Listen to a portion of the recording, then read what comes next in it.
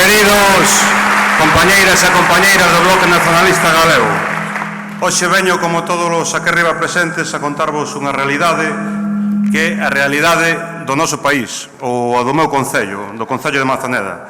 Un concello de montaña de menos de 1000 habitantes, dun concello que levaba 30 anos gobernando pola aplastante dereita deste país.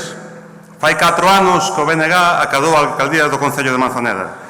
E fai 4 anos que se acadou unha transformación clara sobre a forma de facer políticas activas a prol dos veciños e das nosas veciñas.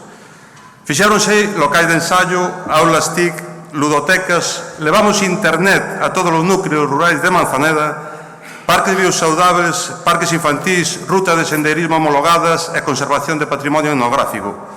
Abríronse queixerías, bodegas e cooperativas de gando, creouse un centro de día, arranxaron de regadío e fixéronse plans integrais de viñedo. Todo isto, cando estaban gobernando do PP, dicían, total, para a xente que hai. Pois ben, para que lles conto todo isto, para que os veciños e veciñas dos concellos da Galiza vexan que o BNG construe e invirte en futuro. Construe e invirte no rural, para facermos así concellos máis dinámicos e máis participativos.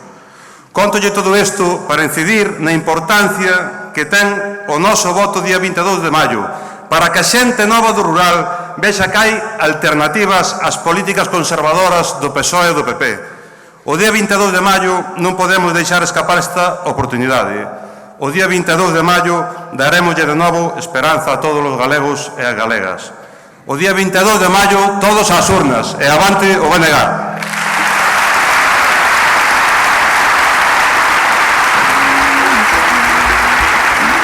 Oi o bardo cantar, oi o som do